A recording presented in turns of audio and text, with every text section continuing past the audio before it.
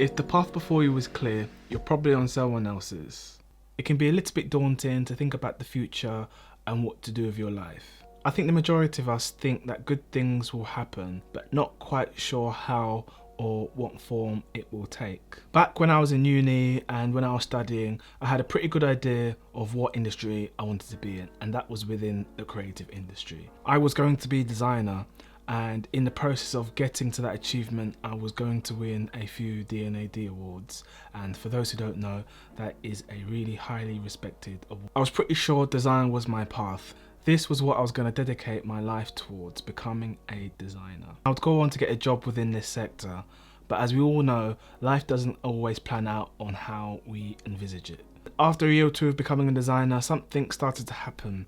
I was starting to question whether this was something that I wanted to do for the rest of my life. The logical thing was to stick with being a designer. I'd spent so many years trying to get to this stage, but I was coming to the realization that I just didn't have the heart for it, as much as I tried to convince myself. Having the hope that something will materialize and just come together is never really a good strategy. There are three types of people in this world: those who make things happen, those who watch things happen, and those wonder what happened.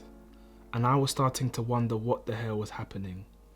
I didn't want to wake up from a decade from now wishing that I'd chosen another path. The definition of insanity is doing something over and over again, but expecting different results. Albert Einstein. If you're going through life and it's the same day in, day out, expecting different results, as Albert puts it, it's the definition of madness.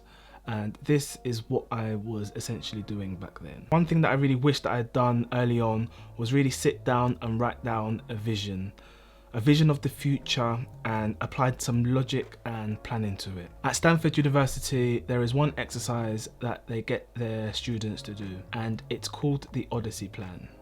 It uses something called design thinking, which is a set of mindsets. The idea is to map out 3 different outcomes for yourself for the next 5 years. The first is to map out your life on the path that you are currently living.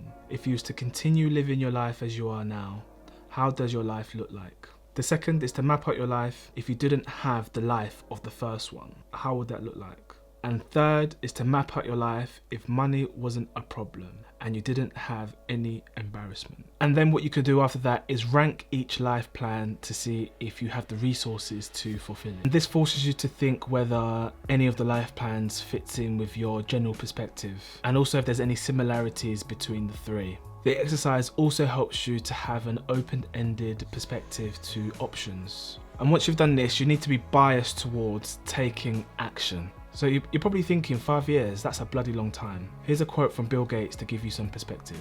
Most people overestimate what they can do in a year and underestimate what they can do in 10. I think people have a natural tendency to want to see quick results. But when you realistically think about it, it takes years to actually be successful within an endeavour.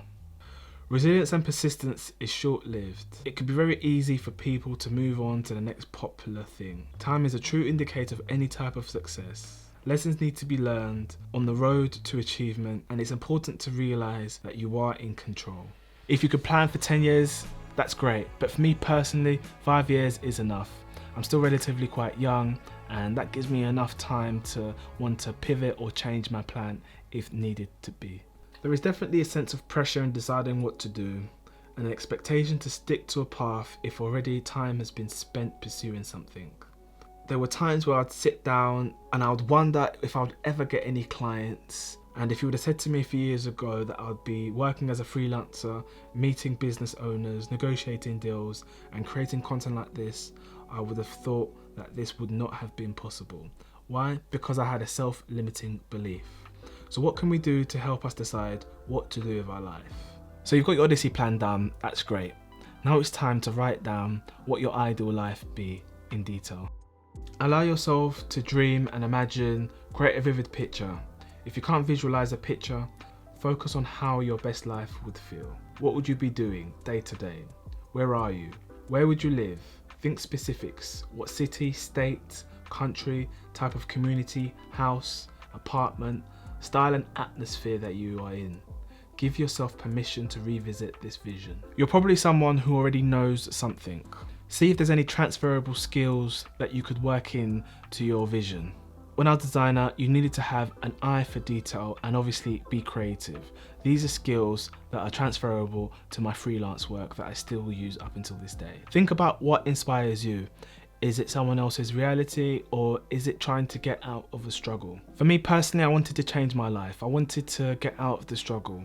I didn't want to have any regrets that I didn't try something, or I could have done something, or see someone who may have been on the same path as me and they went for it, but I just didn't because I didn't want to. I didn't want to have regret. That was the main thing for me. And also as well, it was a mixture of seeing people who had already reached a certain level that I aspired to. So it was a mixture of those two that actually inspired me. So take some time and think about what actually inspires you. So let's hypothetically say that you found an example that you're interested in, that you want to entertain. Find some people in that field and ask them, what is it like day to day? What do they love and dislike about it? If you can job shadow someone or do some internships, that's great. In my case, it was the most valuable thing that I could have done because it made me realise what I didn't want to do. If you look at what is the perceived model of what it takes to find what you love, there's a connotation that you need to find it when you are younger, at a really young age. Take Roger Federer for example. As a young boy, he dabbled in lots of sports. Sailing, wrestling and basketball. What this illustrates is that he tried other things before deciding tennis. Unlike someone like Tiger Woods, who played as a child, he had a very clear trajectory laid out for him.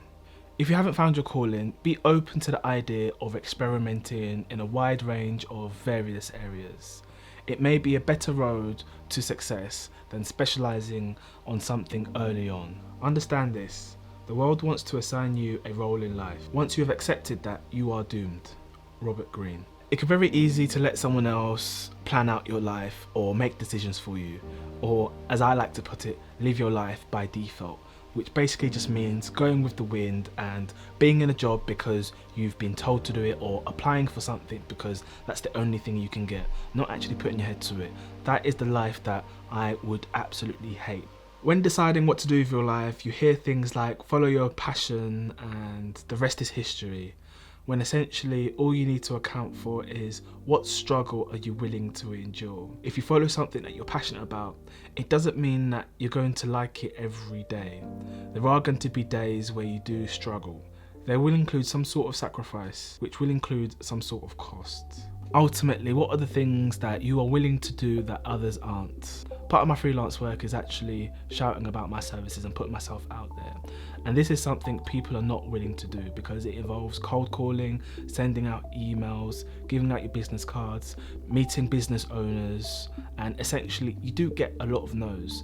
And some people are not willing to go through this. And I think this is something that I love, and it gives me the competitive advantage because I'm willing to do that, and this is something that other people are just not willing to do. I can now say to myself, I'm a person that makes things happen. Whether I succeed or fail, I try. The next question is, what person are you? Thank you for getting into the video. I really appreciate you staying to the end. If you like this video, please smash the like button. If you want to see more videos like this or have any suggestions, please comment below, and I'll see you guys in another one. Bye bye.